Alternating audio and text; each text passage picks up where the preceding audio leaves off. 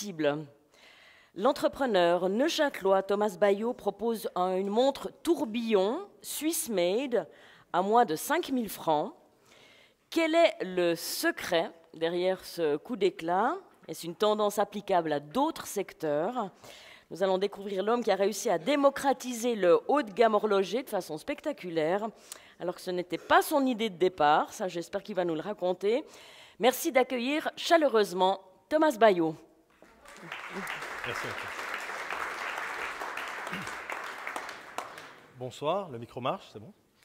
Je me suis dit que c'était finalement assez fantastique de venir parler ici devant vous de mutation, d'innovation. Je suis ce qu'on appelle un start-upper et je trouve que le moment est particulièrement bien choisi quand il faut présenter ce qu'est un start-upper, entre évidemment l'entrée que nous avons déjà mangée et le plat principal qui arrive, puisqu'en fait c'est ça un start-upper, c'est quelqu'un qui a déjà quelque chose dans le ventre, mais qui a encore faim. Donc finalement, le moment est parfait.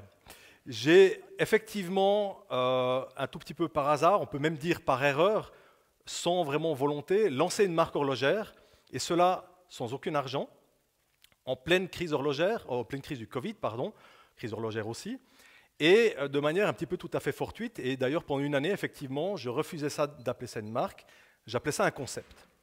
Alors, qu'est-ce qui s'est passé et comment on peut disrupter une industrie horlogère? Et en fait, les questions qu'on va se poser pendant ces 20 prochaines minutes, c'est de 1, comment j'ai fait, et de 2, pourquoi. Alors si on doit commencer par comment est-ce que j'ai disrupté le modèle d'affaires de l'industrie horlogère, j'aimerais juste réfléchir avec vous à ces 4 mots que j'ai utilisés, le modèle d'affaires de l'industrie horlogère. Qu'est-ce que ça vous évoque? Quand on pense à ça, évidemment, vous allez voir des très belles enseignes, vous allez voir forcément imaginer des noms, et vous allez voir des très très belles montres. Et souvent, c'est ce qui se passe quand on parle d'industrie horlogère, les gens voient horlogère et oublient industrie. Or, si on ajoute en plus le modèle d'affaires de l'industrie horlogère, ça fait 3 mots en fait, qui qualifient un business. Et je pense que ça, c'est fondamental dans le comment, puisque je ne me suis pas attaqué là où l'industrie horlogère va toujours chercher l'innovation et de réformer les choses, c'est-à-dire de vraiment inventer des nouveaux matériaux, plus de précision. Je n'ai pas essayé de réformer la manière ou de repenser la manière dont on produit une montre, mais plutôt la manière dont on la vend. C'est-à-dire je me suis attaqué à tout ce qui est l'industrie, les marges et le modèle économique. Alors je vais un tout petit peu développer. Mais avant ça, j'aimerais calibrer 2 choses avec vous ou avec l'audience. On va aller un peu plus vite, je vais répondre aux questions que normalement je pose à mon public. C'est celle de demander aux gens, sur un adjectif, qu'est-ce qui est important pour eux dans la vie. Et là, en général, les personnes qui se lancent me parlent d'amour, me parlent de santé, me parlent de projets personnels, certains osent même dire d'argent, etc. Et finalement, tous ces gens-là ont raison, c'est des choses qui sont fondamentales dans notre bien-être quotidien, dans ce qui fait qu'on a vraiment une motivation intérieure très très profonde. Ensuite, je redemande à l'audience de faire le même exercice. Par contre, je leur demande de retenir leur respiration. Alors, on ne va pas le faire. Mais je peux vous dire, l'exercice est toujours similaire. Au début, les gens se demandent pourquoi. Au bout de 30 secondes, ça commence un tout petit peu de devenir clair. Au bout d'une minute, quand je redemande à l'audience qu'est-ce qui est important pour eux dans la vie, croyez-moi, la réponse est tout à fait claire pour tout le monde.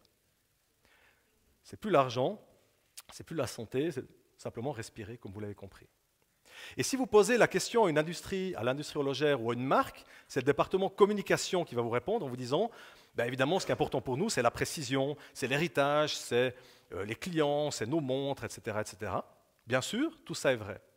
Coupez-leur les ventes, ce que le Covid a fait pendant une année ou 2, et reposez la question aux marques. La question sera répondue cette fois par le département financier. L'argent. Le profit.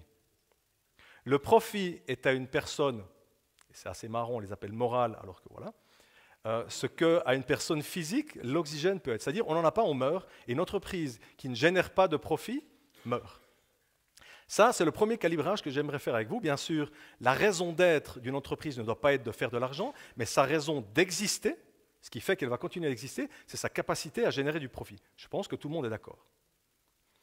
Maintenant, la deuxième question que j'aimerais vous poser, c'est, dans une montre à 1000 francs, si on parle d'argent et de marge, combien coûte la montre en tant que telle? On va prendre une montre à 1000 francs, c'est volontaire, j'ai travaillé longtemps dans ce segment-là, une montre Swiss Made, automatique, 3 aiguilles. Sur la montre à 1000 francs, combien vous allez payer la montre, l'objet? On est à peu près bon. Pour faciliter, c'est à peu près la réalité. Si vous achetez bien, vous êtes à 175 francs. OK. La marque va faire un profit raisonnable de 50%, ce qui est très raisonnable. On arrive à 350, c'est ce qu'on appelle l'ex-factory. L'ex, on sait tout ce que ça veut dire, hein. Sauf que dans ce cas-là, c'est plutôt bien, ça vous quitte, mais c'est pas ça quitte la factory pour aller dans le réseau. Qu'est-ce qui reste des 650? Qu'est-ce que sont les 650 qui constituent les 2/3 de cette montre à 1000 francs? Eh bien non. Et c'est pour ça qu'à chaque fois on me dit, c'est génial, vous dites marketing, je ne fais pas de marketing. Je fais de la distribution. Et 65%, 650 francs, vont à la distribution. C'est-à-dire à la commodité que vous et nous avons tous les jours, à part le dimanche, qu'on bon nous semble, à quelques centaines de mètres de chez soi, de descendre, de pousser la porte d'un magasin, qu'on nous dise bonjour, d'avoir quelqu'un qui est là pour vous recevoir, vous offrir un service, on l'espère, et finalement vous présenter l'objet avec lequel vous pouvez repartir contre une somme d'argent. Cette commodité, cette expérience client, va vous coûter 650 francs. Et vous savez ce qui est incroyable, c'est que c'est quand même 2/3 de votre budget et les gens ne le savent pas. Alors effectivement, quand on s'attaque à repenser l'industrie horlogère, on a deux choix. Soit on se trouve dans les années 80 et, respect feu Monsieur Hayek, on se trouve confronté à un problème du quartz, nous en avons parlé d'ailleurs tout à l'heure. Dans les années 70-80, l'industrie horlogère a été ravagée par l'introduction d'un mouvement, donc à l'intérieur de la montre, le cœur de la montre a été atteint. Et M. Hayek, il n'y avait pas que lui, mais c'est clair, l'histoire gardera son nom, a repensé la performance industrielle pour pouvoir produire cette même montre moins chère. Il s'est attaqué aux 175 francs. Aujourd'hui, on dit tous, ce n'est pas le taxi qu'il faut inventer, c'est Uber. Ce n'est pas l'hôtel, c'est Airbnb. J'ai entendu parler tout à l'heure d'écosystème, c'est exactement ça. Aujourd'hui, il faut repenser l'écosystème, puisque, vous l'avez tous compris, c'est mathématique. La production de votre montre représente 17,5% de votre problème, alors que la distribution, c'est-à-dire la manière dont vous vendez cette montre, représente 65% de votre problème. Alors on n'est plus dans les années 80, on est dans les années 2020, où effectivement aujourd'hui, c'est plus tellement dans la manière dont on produit une montre qu'il faut innover, c'est la manière dont on va la vendre. Puisque c'est là qu'on peut récupérer le plus de marge. Alors si je vous dis ça, vous allez me dire, bah, ok, c'est évident, c'est mathématique. Et si c'est aussi facile que ça, bah, pourquoi on ne l'a pas fait avant? Et là, on parle d'innovation, on parle de mutation ce soir, ici à Gluon avec vous, et c'est précisément ça qui, moi, il y a 5 ans, m'a fait me poser une question. Je suis un spécialiste de distribution, j'ai arpenté le monde pendant 15 ans, bilan carbone catastrophique, j'en suis désolé. Et j'ai monté partout dans le monde des réseaux de distribution, ce bras qui part du stock et qui est en fait la projection dans l'entreprise qui lui permet d'interagir avec son environnement. C'est la fonction du bras, la fonction longue étant le distributeur, ça part de Suisse, ça va au Chili. Et comme un bras, il y a des ramifications, c'est les doigts, c'est ce qu'on appelle les détaillants. Sur place, il y a des ramifications qui permettent en fait de saisir le marché. Et le bras a la même fonction, c'est-à-dire ça saisit quelque chose et ça le ramène à la bouche, ça permet de manger. C'est exactement ce que va faire la distribution, c'est l'interface entre la marque et le marché, ce fameux client final. On va y revenir. Et ce modèle d'affaires est séculaire. Alors ça remonte très très loin. On a dû construire depuis des temps immémorables des routes commerciales pour faire deux choses. Les bases du business, c'est ce que j'appelle le troc et la massue. La nécessité de commercer, le troc, et la massue, simplement parce qu'on ne se fait pas confiance. Et on vit dans un monde où on doit, évidemment, assurer ses arrières. C'est la raison pour laquelle, quand on va nous servir du vin, on va tous faire santé. On ne l'a pas fait avec de l'eau, puisque si on met du poison dans l'eau, on le voit, dans le vin, on ne le voyait pas. Et c'est la fonction de faire santé. Beaucoup d'entre vous doivent probablement le savoir. C'était en fait de verser un peu de son verre dans le verre de l'autre, et vice-versa, puisque s'il y avait du poison, ben, l'autre n'allait pas boire. La fonction de santé, qui a l'air aujourd'hui quelque chose de très convivial, c'était simplement parce que l'autre allait nous flinguer. Comme le fait de se donner la main, en fait, on planquait des dagues. Donc en fait, on présentait les mains pour montrer qu'on n'avait pas de dagues. Tout ça, c'est simplement le fait qu'on ne se fait pas confiance. Donc on a dû tisser des routes commerciales et développer des sanctuaires, ce qu'on appelle un point de vente, qui permettent une simultanéité dans un endroit, d'avoir dans un lieu un service qui est nécessaire, quelqu'un qui va vous recommander et vous conseiller, et d'avoir cet échange qui permettait, contre quelques piastres, d'avoir une peau de mouton, mais je ne lâche pas ma peau de mouton avant d'avoir les pièces, et je ne lâche pas mes pièces avant d'avoir la peau de mouton. Okay. Il fallait un lieu, un service et un stock. Et ça décrit les 3 coûts fondamentaux de la distribution. Le magasin, les employés, charges sociales, et les montres, ces millions qui dorment en vitrine, en attendant qu'un jour, vous poussiez la porte. Qui parmi d'entre vous a visité la bijouterie Robert à Neuchâtel dernièrement? Ça fait des années qu'ils vous attendent. Hein. Tous les jours, ils se disent « Merde, quand est-ce que David va venir? Quand est-ce qu'il va enfin pousser cette porte pour m'acheter ma montre ?» Okay. Tout ça, ça coûte 650 francs. Si vous prenez le modèle international, 500. Si vous prenez le modèle suisse, où les gens vont vendre directement en Suisse. Pourquoi? Parce que le détaillant a les plus gros coûts de la distribution. Il n'y a pas de miracle, ça s'est fait comme ça. Ensuite, qu'est-ce qui s'est passé? Dans cette formule qu'on appelle le commerce, si je la résume, très très bonne en expérience, mais très très coûteuse, 2/3 du prix de l'objet.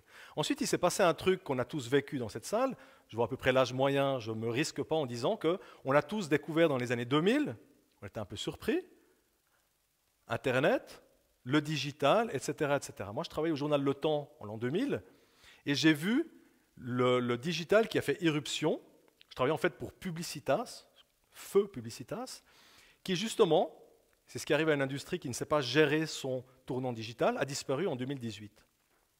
Et j'ai observé effectivement que ce digital a impacté énormément le marketing, puisque je parle certainement à beaucoup de spécialistes marketing. Alors le marketing a impacté le digital. Au début, moi qui travaille au journal Le Temps, je me suis rendu compte que du journal et le bandeau de bas de page que je vendais, les gens ont levé les yeux à l'écran, donc on a vendu des banners. On transpose toujours dans le prochain paradigme ce qu'on connaît du paradigme actuel. C'est un clin d'œil, j'y reviendrai. Et finalement, le digital, de crème qu'on a appliqué sur le modèle économique physique, le digital est rentré dans la peau et même rentré dans notre ADN. Ce n'est plus des banners aujourd'hui quand on parle de marketing digital, c'est en nous. On dit que Google sait qu'une femme est enceinte avant qu'elle-même le sache. Le digital est entré dans nos têtes et on sait même mieux comment est une personne que la personne elle-même. Donc le digital a fait son chemin et a effectivement impacté le marketing, a disrupté beaucoup le marketing, la presse, etc. Et a permis de repenser tout cet écosystème qui permet aux marques d'investir et d'atteindre un client de manière beaucoup plus ciblée. Ce qu'on appelle le marketing digital. Et effectivement, aujourd'hui, c'est la plus grande partie du budget des entreprises. Moi, je fais de la distribution. Pour moi, le digital a récemment et très très récemment impacté la distribution. Ce n'était pas le cas jusqu'à il y a quelques années. Qu'est-ce que c'est la distribution digitale? Le marketing digital, je peux vous dire, c'est la couleur du bateau et la distribution, c'est le canal de Panama. C'est cette route qui relie en 88 km l'océan Atlantique et l'océan Pacifique. Avant 1914, il fallait faire 21 000 km depuis New York jusqu'à San Francisco, alors qu'une fois le canal de Panama ouvert, il fallait en faire 8 500. Qu'est-ce que c'est? C'est une route commerciale qui permet de relier 2 océans, on va dire évidemment la marque et le consommateur final, de manière beaucoup plus optimale, sans passer par le détroit de Magellan, cet intermédiaire qui, comme vous l'avez compris, représente les intermédiaires physiques, le distributeur et le détaillant. Donc il y a une route commerciale qui s'est ouverte et qui a complètement disrupté la manière dont la marque pouvait accéder à ce fameux client final. Je marque une petite pause et franchement, l'occasion est rêvée. Qu'est-ce qu'est un client final? Ce mot qu'on utilise tous de manière répétitive, sans vraiment se poser la question ce qu'est un client final. Et là, c'est top, puisqu'il y a plein de tables. Alors imaginez toutes ces tables mises bout à bout. Vous tous qui travaillez dans l'industrie horlogère êtes à table. Vous êtes les marques, vous êtes les nombreux consultants, vous êtes les agences marketing, vous êtes les intermédiaires, vous êtes les influenceurs, les ambassadeurs, etc. Vous tous êtes en train de vous faire un bon gueuleton, vous mangez très très bien, et tout au bout de cette table, il y a un gars. Personne ne lui parle, personne ne sait qui c'est, et pendant toute la soirée, le mec, il ne mange pas. Et à la fin de la soirée, lui, il se lève, et c'est lui qui va payer l'addition pour vous tous. Et vous savez quoi? Il n'y a personne qui lui dit merci. Ça, c'est le client final. Le mec au bout de la table, que personne ne connaît, à qui personne ne dit merci, mais qui paye l'addition pour tout le monde. C'est pour ça que je trouve assez incroyable, maintenant que les foires horlogères disent « Oh, ben on va quand même inviter le client final », c'est lui qui a payé le stand. C'est lui qui a payé le champagne, c'est lui qui a payé les voyages en jet, c'est lui qui a tout payé. Voilà. Donc ce modèle économique a été disrupté et du commerce riche en expérience, très mauvais en marge, on est passé au e-commerce. Ce modèle qui est exactement inverse, très très bon en marge, par contre, très mauvais en expérience. Pourquoi très très bon en marge? Je suis désolé, je ne mets jamais de slide dans mes présentations, puisque je m'intéresse à votre cerveau et pas à vos yeux. Imaginez si vous ne gagnez que, pour simplifier, 175, qui est votre marge, et que d'un coup vous récupérez 650. Votre marge ou votre profit va faire x3, x4. On parle de 300-400% de profit en plus si vous arrivez à atteindre directement au bout de la table et parler avec cette personne et atteindre son porte-monnaie. Donc évidemment, il y a une énorme tentation de passer au e-commerce. Et quand on fait ça, qu'est-ce qu'on va faire? On va faire exactement ce qu'on a fait dans le digital marketing. On a levé les yeux vers un écran. Et qu'est-ce qu'on fait quand on parle de e-commerce? Le premier réflexe du commerce digital, c'est de prendre le magasin et de le mettre en ligne. On fait la même chose, on le monte sur un site internet. Et là, on va faire du e-commerce.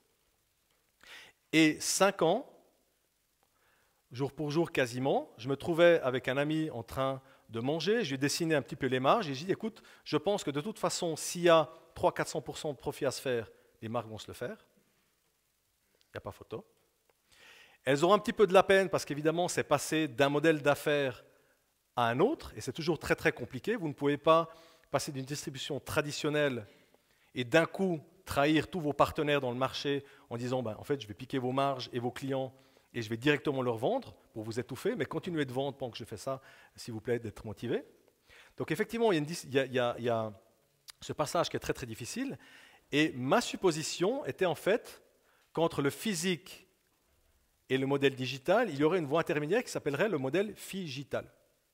Alors aujourd'hui, c'est un nom un petit peu plus connu. Je pense que j'ai été un des premiers à en parler en Suisse, en tout cas dans l'industrie horlogère. Et c'est ce que nous avons appelé, entre le commerce et le e-commerce, son évolution, qui est le we-commerce. Ce petit W devant le E qui lui-même est venu devant le commerce. Le we, nous, c'est-à-dire la fonction communautaire. Et quand on parle ici d'innovation, quand on parle de disruption ou de mutation, ce que moi je voulais apporter comme message ce soir, en fait, c'était de comprendre que simplement en réimaginant un modèle d'affaires et en essayant de recomposer les marges, on arrive à un modèle qui permet de sortir, comme l'a dit Madame Randin, un tourbillon 100% Swiss made, même presque canton de Neuchâtel, à moins de 5 000 francs. C'est assez incroyable, ou c'est même presque un crime de lèse-majesté. Ça ne m'a pas fait que des amis, vous vous en doutez bien. Évidemment, tout le monde a dit que c'était chinois. Bon, ils ont été investigués, ils se sont rendus compte que non. Et finalement, la question c'est, comment on arrive à disrupter ce modèle d'affaires en repensant le modèle de marge. On enlève, comme le fait le e-commerce, tout ce qui est la distribution, et on enlève, comme fait le we-commerce, la fonction communautaire, on enlève le marketing. J'aime bien les métaphores. Imaginez un T-bone steak, vous enlevez le bone, la distribution, vous enlevez le gras, le marketing, et vous mangez le steak. Est-ce que c'est de la moins bonne viande que si vous avez acheté le T-bone steak complet? C'est la même viande. Alors, je ne veux pas traiter mes modèles de viande, vous l'avez bien compris. Mais c'est exactement la même image. Ce que vous voyez là, c'est une très belle montre Swiss made avec un open work, un open dial, avec un mouvement automatique, et c'est lancé à 495 francs. Ça devrait être 2000. Ça devrait être d'une valeur de 50 000, mais son prix est de 5 000. Et c'est justement maintenant la deuxième partie, je regarde combien j'ai de temps, du pourquoi. Pourquoi j'ai voulu lancer cette marque? Alors d'abord, ce n'était pas pour lancer une marque, c'était pour démontrer un concept économique. Et c'était pour démontrer que finalement, on peut, en repensant la chaîne de valeur, amener énormément de valeur au client final et redynamiser l'industrie horlogère. Alors je vous ai parlé des années 80, de la crise du quartz. C'était une crise qui a fauché tout ce qui était l'entrée et le moyen de gamme horloger. L'industrie était à l'agonie et M. Hayek est revenu redynamiser cette base de la pyramide, comme on dit, qui en volume représente 80% des montres exportées, donc vraiment la base qui soutient toute l'industrie. Et lui, par la performance industrielle, a réussi à repenser la manière dont on produit une montre et de relancer des montres bon marché dans les magasins. Moi, ce que je voulais démontrer, c'est qu'en repensant la manière dont on les vend, finalement, on peut énormément ramener de substance et de marge et faire en sorte que ces montres se retrouvent de nouveau à un prix très, très compétitif. Vous avez une montre à 500 francs qui est le prix d'une Apple Watch, sauf que vous avez une belle montre Swiss-made pour le prix où normalement vous avez à peine du quartz. Et si vous voulez, c'était vraiment pour moi le pourquoi, une manière de démontrer et d'offrir une piste de réflexion à l'industrie horlogère, de se dire, voilà, comment aujourd'hui on va redynamiser ces segments d'entrée et de moyenne de gamme et essayer d'infléchir quelque chose à laquelle quasiment toute l'industrie a relancé, c'est ces 80% de volume. Je vous rappelle qu'en 2011, on exportait 30 millions de pièces. En 2021, 10 ans après, plus que 15 millions. On a perdu la moitié de notre production. Qu'est-ce qu'on fait? Est-ce qu'on déclare forfait, on croise les bras? Ou est-ce qu'on se dit, on va essayer de relancer l'industrie horlogère et de ramener de la substance dans des gammes d'entrée moyen de prix? C'est ce que j'ai voulu démontrer. Et finalement, voilà, le message, c'est en repensant la manière dont on vend une montre, on arrive à repenser presque la manière dont on produit une montre et de ramener 100% du travail ici, en Suisse. J'ai respecté le timing? Magnifique. Merci.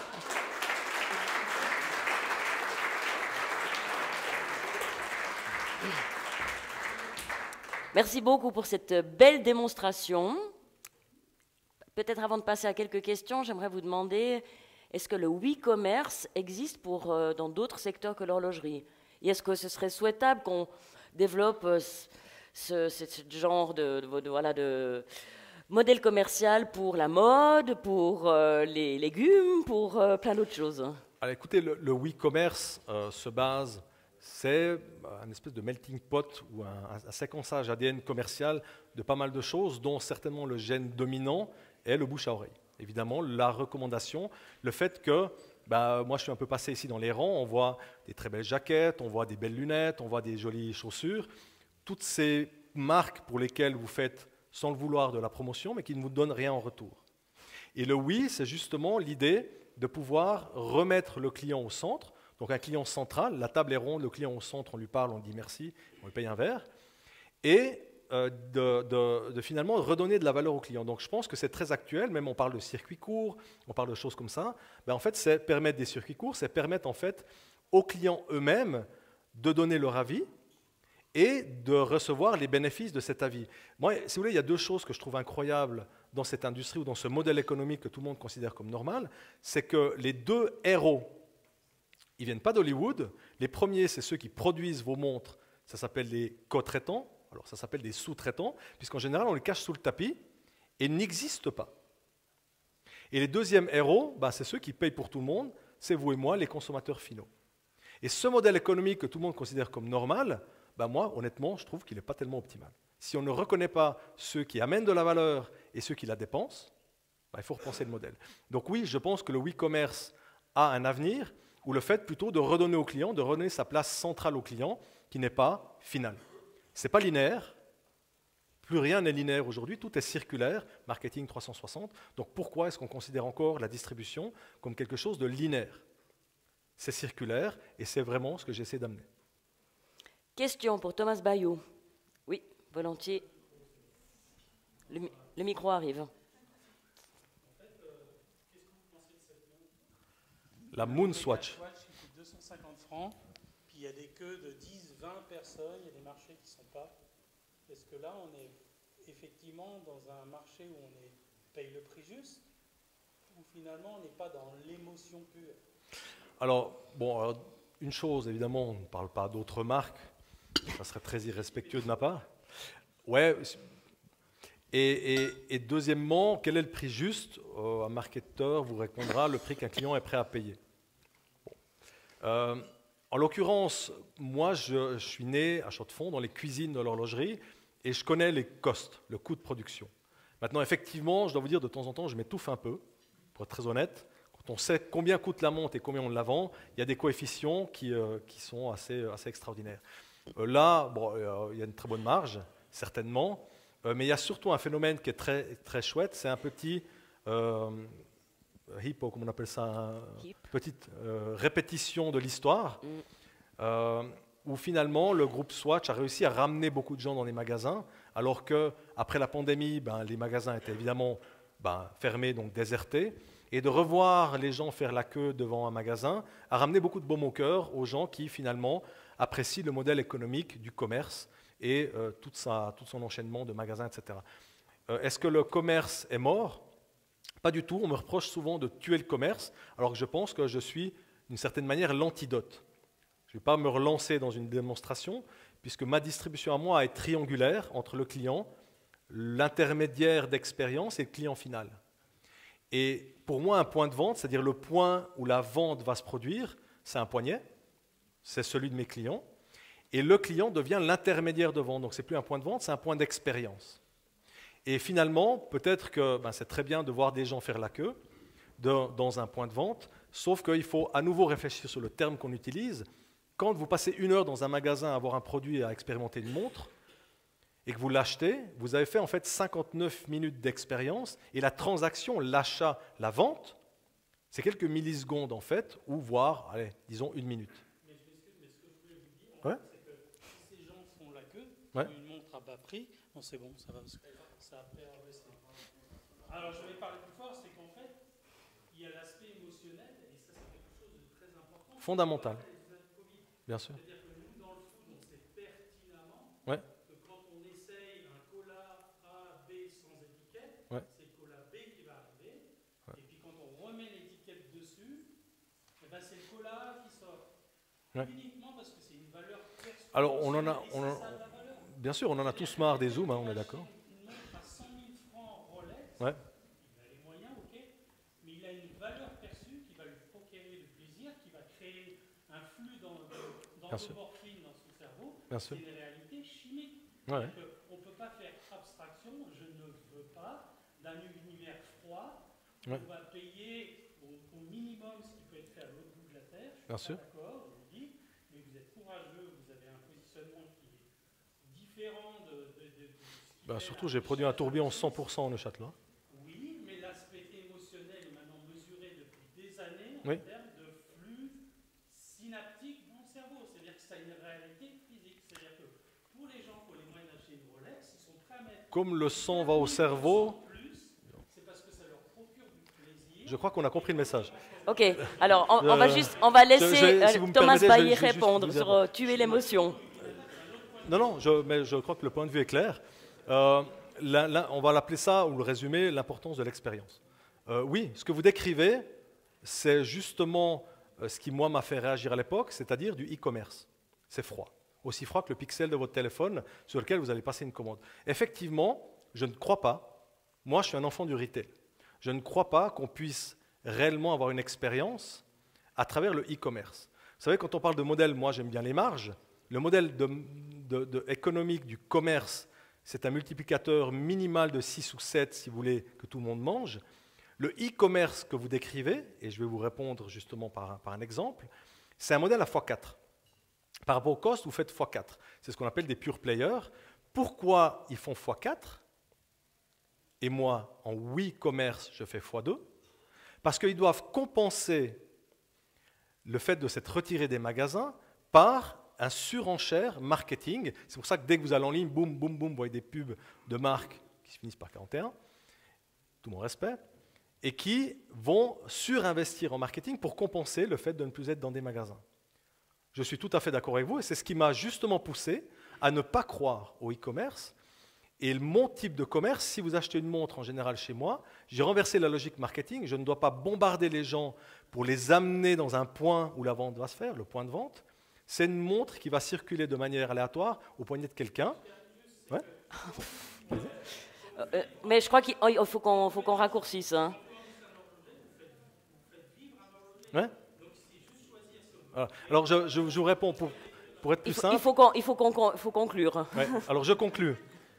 Je vais retravailler, je vais retourner dans le retail. Par contre, ça ne sera pas un point de vente, ça sera un point d'expérience. Vous ne repartez pas avec la chaise ou le stylo de votre médecin, vous repartez avec un conseil et vous payez pour ça. Et donc, on peut tout à fait aller dans un point de vente et être un point d'expérience, faire toute la cérémonie, et vous allez acheter la montre dans ce point d'expérience, vous l'achetez à moi la marque, et moi je paye pour l'expérience. J'espère que je vous ai répondu. Alors, je vous propose que vous continuez la discussion pendant le repas, parce que c'est l'heure du plat qui va arriver, et on vous applaudit, Thomas Baillot. Merci.